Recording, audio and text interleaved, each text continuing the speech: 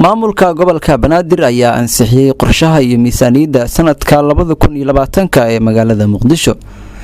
dhawaan ayuu gudoomiyaha gobolka Banaadir ahna duqa magaalada Muqdisho u magacaabay guddi gaar ah inay soo diyaariyaan qorshaha maamulka gobolka iyo miisaaniyadda sanadka 2020 ee caasimadda Muqdisho.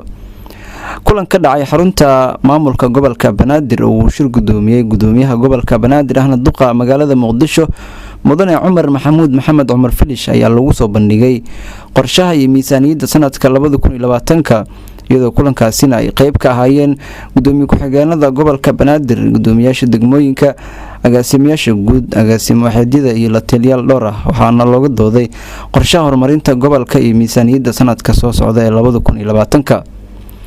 qorshaha maamulka gobolka Banaadir uu soo bandhigay ee looga dooday shirka wada tashiga ayaa waxa uu ka kooban yahay 6 tiir oo waaweyn oo kala ah amniga, siyaasadda iyo cadaaladda, horumarinta adeegyada bulshada, dib u dhiska, horumarinta dhaqaalaha, dib u habeynta ciidanka ilaalinta deegaanka iyo maamul wanaagga.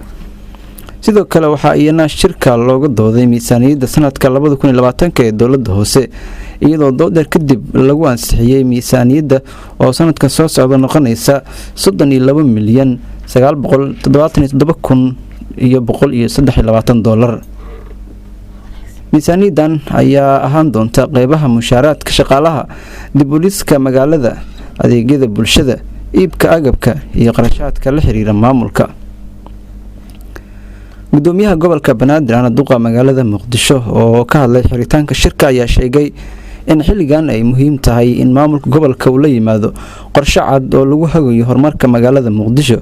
wuxuuna ballan qaaday in loo istaagi doono fulinta halbeegyada horumarineed ee loo dejiyay sanadka cusub in la fuliyo.